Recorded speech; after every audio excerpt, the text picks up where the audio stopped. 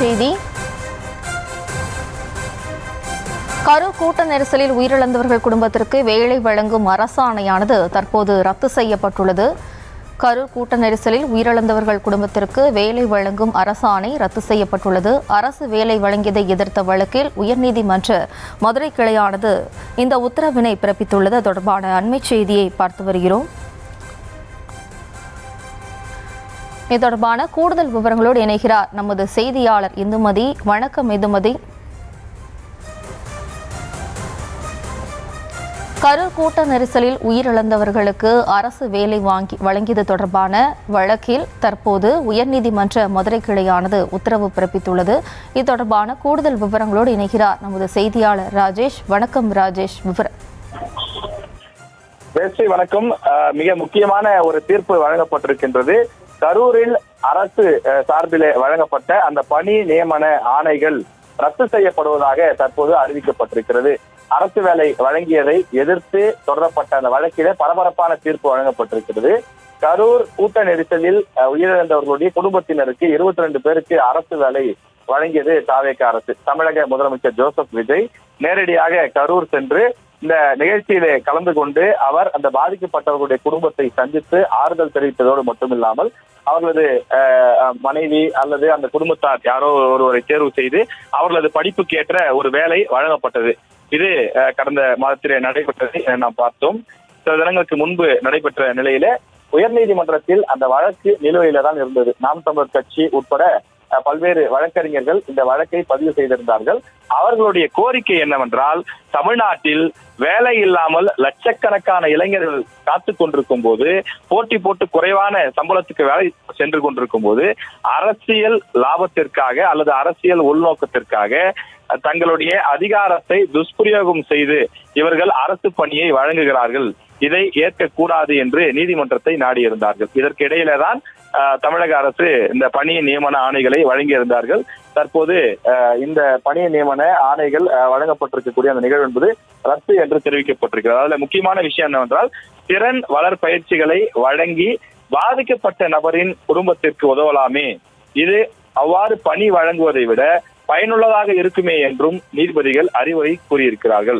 அரசு தரப்பில் சாதாரண பணி வழங்குவதாக கூறுவதை ஏற்க இயலாது எனவும், எப்பணி அதாவது இப்போ தற்போது வழங்கப்பட்டிருக்கக்கூடிய இந்த பணி நியமன ஆணைகள், அந்த பணி என்பது சாதாரண பணி அல்ல, அது ஒருவரின் குடும்பத்திற்கு உதவும் பணியே என்றும் நீதிபதிகள் தெரிவித்திருக்கிறார்கள். ஏற்கனவே இது போன்று தூத்துக்குடி துப்பாக்கி சூடு, அதே போல லீலாவதி உள்ளிட்டோர் அந்த சம்பவங்களில் பாதிக்கப்பட்டோருக்கெல்லாம் அரசு பணி வழங்கப்பட்டிருக்கிறது என்று முந்தைய அதிமுக திமுக அரசுகளிலே நடைபெற்ற பல்வேறு விஷயங்களை எடுத்து கூறி கூட தாவேக சார்பில், குறிப்பாக தமிழக அரசு சார்பில் வாதங்கள் முன்வைக்கப்பட்டது. ஆனால் நீதிபதி அந்த வாதங்களை எல்லாம் ஏற்கவில்லை என்பதைத்தான் இந்த தீர்ப்பு நமக்கு உணர்த்துகின்றது.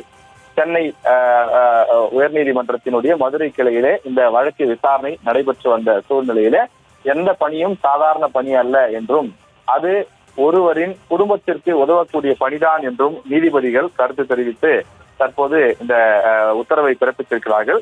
கரூர் கூட்ட நெரிசலில் சிக்கி உயிரிழந்தவர்களுடைய குடும்பத்திற்கு தமிழக அரசு வேலை வழங்கிய சூழ்நிலையில் இதற்கு எதிராக உயர்நீதிமன்ற மதுரை அமர்வில் மனுக்கள் தாக்கல் செய்யப்பட்டு அந்த மனு விசாரணைக்கு வந்தது. இந்த வழக்கு விசாரணையின் போது தமிழக அரசு பல முன்னுதாரணங்களை காட்டி, இதற்கு முன்பு இருந்த தமிழக அரசுகள், அதாவது திமுக அதிமுக ஆட்சி காலத்திலே எப்படியெல்லாம் பாதிக்கப்பட்டவர்களுடைய குடும்பங்களுக்கு அரசு வேலை வழங்கியிருக்கிறார்கள், அந்த முன்னுதாரணத்தின் அடிப்படையிலே தான் நாங்கள் இந்த பணி நியமன ஆணைகளை வழங்கியிருக்கிறோம் என்று தெரிவித்த நிலையில தற்போது அதற்கு நீதிமன்றம் ஏற்க முடியாது என்று சொல்லி இந்த அரசு பணியை ரத்து செய்து உத்தரவிட்டிருக்கிறார்கள். கரூர் கூட்ட நெரிசலில் உயிரிழந்தவர்களுடைய குடும்பத்திற்கு அரசு வேலை என்பது அரசின் கொள்கை முடிவு எனவும், அரசியலமைப்பு சட்டத்திற்கு உட்பட்டுதான் இந்த பணி நியமன ஆணைகள் வழங்கப்பட்டது என்றும் அரசு சார்பில் தெரிவிக்கப்பட்டது. ஆனால் மனுதாரர்கள் தரப்பில் வைக்கப்பட்ட வாதம் என்பது, தமிழ்நாட்டில் மட்டும் 39 லட்சம் இளைஞர்கள் வேலைவாய்ப்பு இல்லாமல் தவிக்கிறார்கள் எனவும், 20 லட்சம் பேர் அரசு வேலைக்காக விண்ணப்பித்து காத்திருக்கிறார்கள் என்றும் தெரிவித்திருக்கிறார்கள். அதாவது அரசு தரப்பு வைத்த வாதத்திலே மனுதாரர் தரப்பிலே அவர் போட்டித் தேர்வுக்கு தயாராகி வருவதாக குறிப்பிட்டாலும், அவர் தொடர்ந்து இருப்பது பொதுநல வழக்கா அல்லது அவருக்கு பணி வழங்க பரிசீலிக்க கோரிய வழக்கா என்ற தெளிவு இல்லை என்றும் அரசு சார்பில் தெரிவிக்கப்பட்டது. ஆனால் 2 தரப்பு வாதங்களையும் கேட்ட நீதிபதி தற்போது இந்த உத்தரவை பிறப்பித்திருக்கிறார் என்பதை பார்க்க முடிகின்றது. குறிப்பாக இதனுடைய முழு சாராம்சத்தை பார்க்க வேண்டுமானால், கரூர் கூட்ட நெரிசலில் உயிரிழந்தவர்களுடைய குடும்பத்தினருக்கு அரசு பணி வழங்குவதை எதிர்த்து பொதுநல வழக்குகள் தாக்கல் செய்யப்பட்டிருந்தது. இந்த சம்பவம் தொடர்பாக வழக்கை சிபிஐ விசாரித்து வந்த நிலையில தொடர்ந்து சிபிஐ தான் விசாரித்துக் கொண்டிருக்கிறது.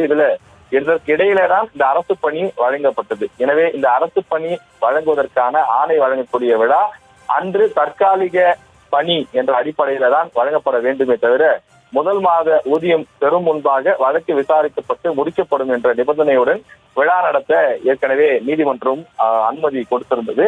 அதற்கு உதவும் வகையில் மனுதாரர், அரசு தரப்பு என அனைத்து தரப்பிலும் வாதங்களை முன்வைத்த வழக்கறிஞர்களுக்கு பாராட்டுக்கள் என்றும் நீதிமன்றம் பாராட்டு தெரிவித்திருக்கின்றது. கருணை அடிப்படையிலான இந்த பொதுநல வழக்கு விசாரணைக்கு உகந்ததா என்ற வாதம் முன்வைக்கப்பட்டது. அது தொடர்பான கேள்வி எழும்போது நீதிமன்றம் இயல்பாக வழங்கும் நிவாரணங்களை கோரலாம் என தெளிவுபடுத்தியிருக்கிறது என்றும் குறிப்பிட்டிருக்கிறார்கள். மேலும் உச்சநீதிமன்றம் விசாரணையை கண்காணித்து வரக்கூடிய சூழ்நிலையில் எத்தகைய கருத்தையும் இந்த நீதிமன்றம் முன்வைக்க விரும்பவில்லை என்றும் நீதிபதிகள் தெளிவாக குறிப்பிட்டிருக்கிறார்கள். அதே நேரத்தில் அரசு தரப்பிலே சொல்லப்பட்ட விஷயங்கள் என்னவென்றால், கருணை பணியை பொறுத்தவரையில் சில வழிகாட்டுதல்கள் உள்ளன. வயது, கல்வி என தகுதியின் அடிப்படையிலேயே வழங்க வேண்டும் எனவும், அவ்வாறுதான் கரூர் சம்பவத்தில் பாதிக்கப்பட்டவர்களுக்கு நாங்கள் அரசு பணியை வழங்கி இருக்கிறோம் என்றும் குறிப்பிட்டிருக்கிறார்கள். இதை எப்படி எதிர்க்கிறார்கள் என்ற கேள்வியையும் கேட்டிருக்கக்கூடிய நிலையில மதுரை உயர்நீதிமன்ற கிளை இந்த உத்தரவை ரத்து செய்திருக்கிறது.